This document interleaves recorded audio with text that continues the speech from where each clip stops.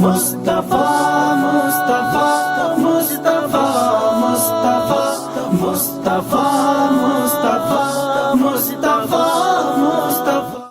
بسم اللہ الرحمن الرحیم۔ اللہ کے نام سے شروع جو نہایت مہربان رحم والا۔ نحمده ونصلي ونسلم على رسوله الكريم اما بعد فاعوذ بالله من الشيطان الرجيم بسم الله الرحمن الرحيم ان الله وملائكته يصلون على النبي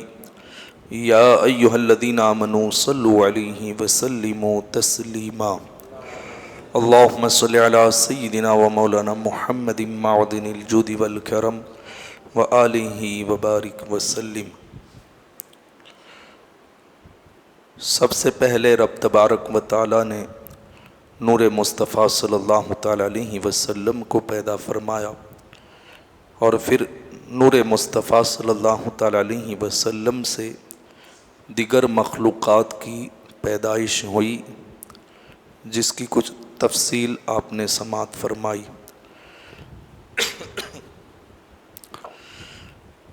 اللہ تبارک و تعالیٰ نے روحوں کو کیسے پیدا فرمایا، اس کے تعلق سے معارج النبوہ کے اندر ہے کہ کائنات کو جب رب تبارک و تعالیٰ نے وجود میں لانا چاہا تو اپنے نور پاک کے پرتو یعنی نور محمدی صلی اللہ تعالیٰ علیہ وسلم کو ظاہر فرمایا۔ رسول اللہ صلی اللہ تعالیٰ علیہ وسلم کا خود فرمان ہے انا من اللہ والمومنون منی، کہ میرا وجود نور الہی کا پرتو ہے اور تمام مسلمان میرے نور کے مظہر ہیں۔ جب نور نبی صلی اللہ تعالیٰ علیہ وسلم ظہور میں آیا تو خالق کائنات نے، رب عز و جل نے اس پر رحمت کی نظر ڈالی، جس کے نتیجے میں اس نور مصطفیٰ صلی اللہ تعالیٰ علیہ وسلم پر حیا غالب آ گئی، اور اس نور مصطفیٰ سے حیا کے قطرے ٹپکے۔ نور مصطفیٰ پر جب حیا غالب آئی تو اس حیا کے کچھ قطرے ٹپکے، جس سے ارواح انبیاء علیہم السلام کو اللہ تبارک و تعالیٰ نے پیدا فرمایا۔ نبی پاک صلی اللہ تعالیٰ علیہ وسلم کے نور سے حیا کے جو قطرے ٹپکے تھے، ان قطروں سے دیگر نبیوں کی روحوں کو پیدا فرمایا۔ انبیاء کی ارواح کے پرتو سے اولیاء کرام کی ارواح پیدا ہوئیں، یعنی ان نبیوں کی روحوں کے پرتو سے پھر اللہ تبارک و تعالیٰ نے ولیوں کی روحوں کو پیدا فرمایا، اور پھر ولیوں کی روحوں کے پرتو سے عام مومنین مومنات مسلمین مسلمات کی ارواح کو پیدا کیا گیا۔ مومنین کی روحوں سے گنہگاروں کی روحوں کو پیدا کیا گیا، اور پھر گنہگاروں کی روحوں سے منافقین اور کفار کی روحوں کی تخلیق کی گئی۔ یہ اس طرح ترتیب ہے کہ نور مصطفیٰ صلی اللہ تعالیٰ علیہ وسلم کے نور سے، حضور کے نور سے نبیوں کی روحیں، اور پھر ان سے ولیوں کی روحیں، پھر ان سے عام مومنین کی روحیں، پھر ان سے گنہگار مومنین کی روحیں، اور پھر ان سے کفار اور منافقین کی روحیں پیدا کی گئیں۔ اسی طرح آگے بڑھتے ہوئے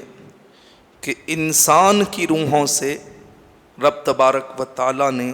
فرشتوں کی روحیں پیدا فرمائیں۔ اشرف المخلوقات انسان ہے، تمام مخلوقات میں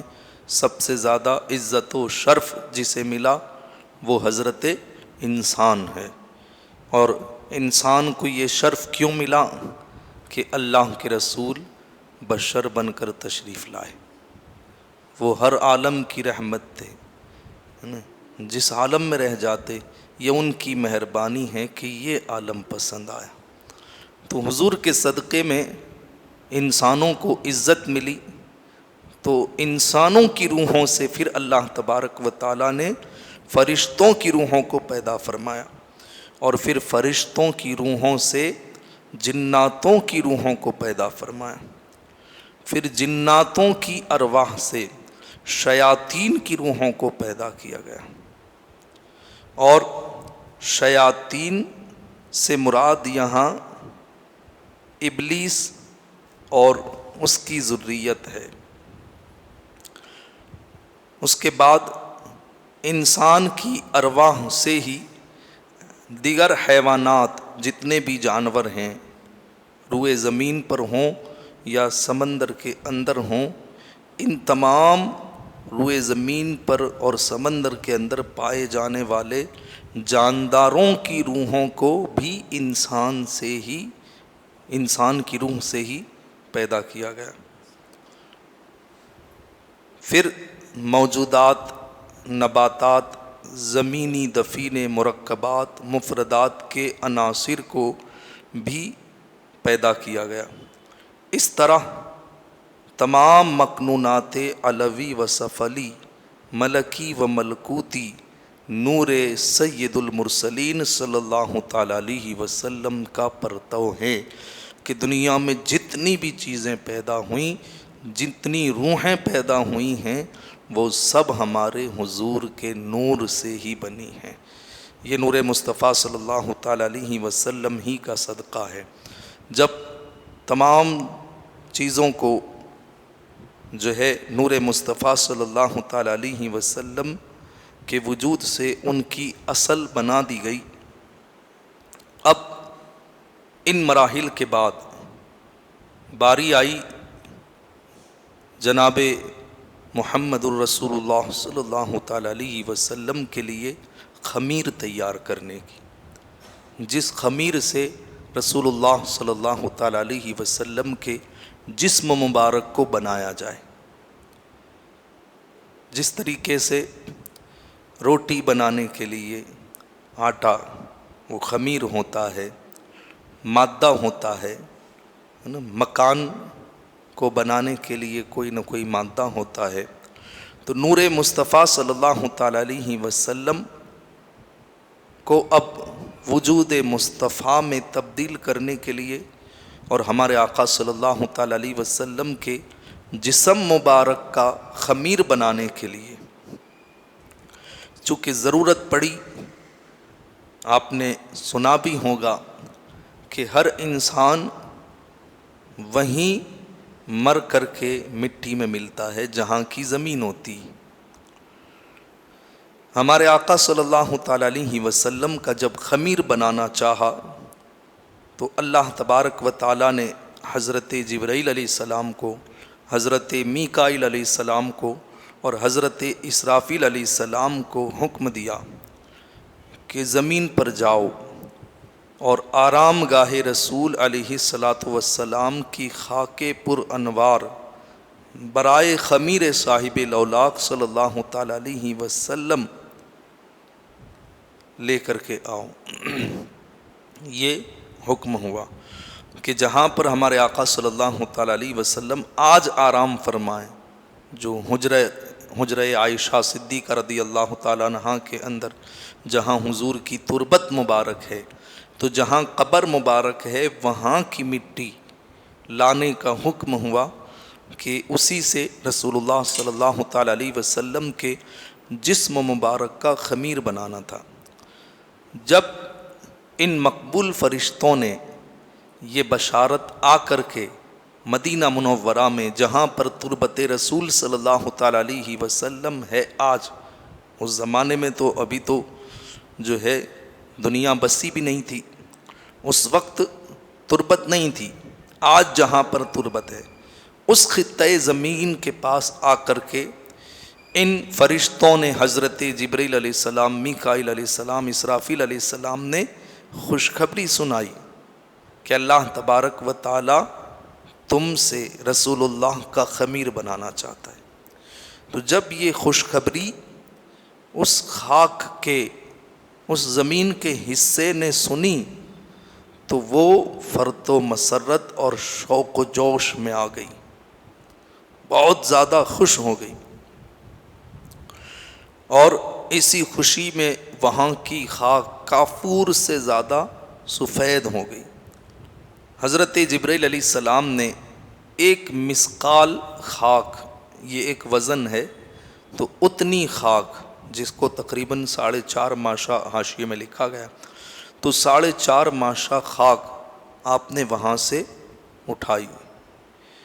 جب یہ خاک لے کر کے پہنچے اللہ تبارک و تعالیٰ کی بارگاہ میں، تو رب تبارک و تعالیٰ کی طرف سے حکم ہوا کہ جبرائیل اس خاک پاک کو جنت میں لے جاؤ، اور مشک، زعفران، سنبل اور مائے معین اور سلسبیل اور شراب تسلیم مہیا کر کے ان تمام چیزوں کی آمیزش کرو، خمیر کے اندر ان سب کو ملاؤ۔ جناب جبرائیل علیہ السلام ان تمام چیزوں کو لے کر کے آئے اور رب تبارک و تعالیٰ کی بارگاہ میں عرض کیا کہ مولا، جنت سے جو چیزیں لانی تھی وہ میں لے کر کے آیا ہوں، اب میرے لیے کیا حکم ہے؟ تو رب تبارک و تعالیٰ نے فرمایا کہ کافور سے استخوان، استخوان کہتے ہیں ہڈی کو، یعنی ہمارے آقا صلی اللہ تعالیٰ علیہ وسلم کے جسم کے اندر جو ہڈیاں بننی ہیں وہ کافور سے بنانی۔ زعفران سے پشت، پشت کہتے ہیں پیٹھ کو، یعنی ہمارے آقا صلی اللہ تعالیٰ علیہ وسلم کی پیٹھ مبارک جس خمیر سے بننی ہے اس میں زعفران ملانا ہے۔ اور مشک سے خون، ہمارے آقا صلی اللہ تعالیٰ علیہ وسلم کی رگوں میں جو خون دوڑنے والا ہے وہ مشک ہونا چاہیے۔ اور سنبل سے بال، سنبل سے، سنبل سے بال، اور سلسبیل، یہ بھی نہروں کے نام ہیں جو جنت کے اندر ہیں، تو یہ جنت کی جو نہر ہے سلسبیل، اس کے پانی سے دہان مبارک رسول اللہ صلی اللہ تعالیٰ علیہ وسلم کا منہ مبارک، اور مائے معین سے لب اور دندان۔ مائے معین یہ بھی جنتی ایک پانی ہے، عام طور سے مائے معین کا معنی ہوتا ہے بہنے والا پانی، لیکن یہ ایک جنتی پانی ہے، تو اس سے جو ہے حضور کے ہونٹ مبارک اور دندان مبارک، دانت مبارک، اور دوران خون کو شراب تسنیم سے جاری کرو، اور اس ذات مقدس کو تمام مخلوقات کا شفیع بناؤں گا، رب تبارک و تعالیٰ نے یہ فرشتوں سے فرمایا۔ تو اس طرح نبی پاک صلی اللہ تعالیٰ علیہ وسلم کے خمیر کے اندر یہ سب چیزیں جو ہے مہیا کی گئیں، ڈالی گئیں۔ اب جب خمیر تیار ہو گیا، اس کے بعد رب تبارک و تعالیٰ کی طرف سے کیا حکم ملا، اس خمیر کو کہاں کہاں لے جایا گیا اور اس خمیر کے بارے میں کیا اعلانات کروائے گئے، انشاءاللہ آئندہ کل آپ اسے سماعت فرمائیں گے۔ اللہ تبارک و تعالیٰ ہم سب کو نور مصطفیٰ صلی اللہ تعالیٰ علیہ وسلم کا صدقہ عطا فرمائے اور ہم سب کی نیک جائز تمناؤں کو پورا فرمائے۔ وصلی اللہ تعالیٰ وسلم علی خیر خلقہ ونور عرشی